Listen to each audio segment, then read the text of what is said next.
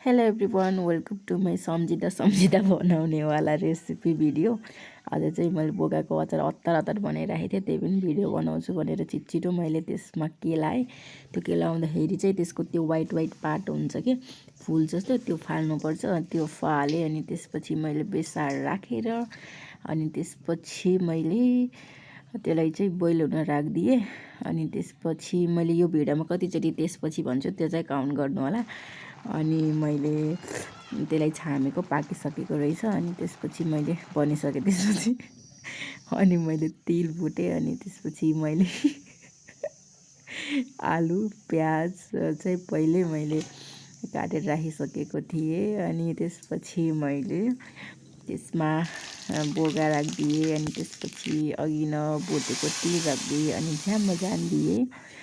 अनि त्यसपछि मैले नुन राख्न बिर्सेको रहेछु, नुन राखेँ। अनि त्यसपछि मैले एकदमै प्योरवाला चुक थियो, चुक राखेँ। अनि त्यसपछि मेरो अचार रेडी भयो। Thank you for watching.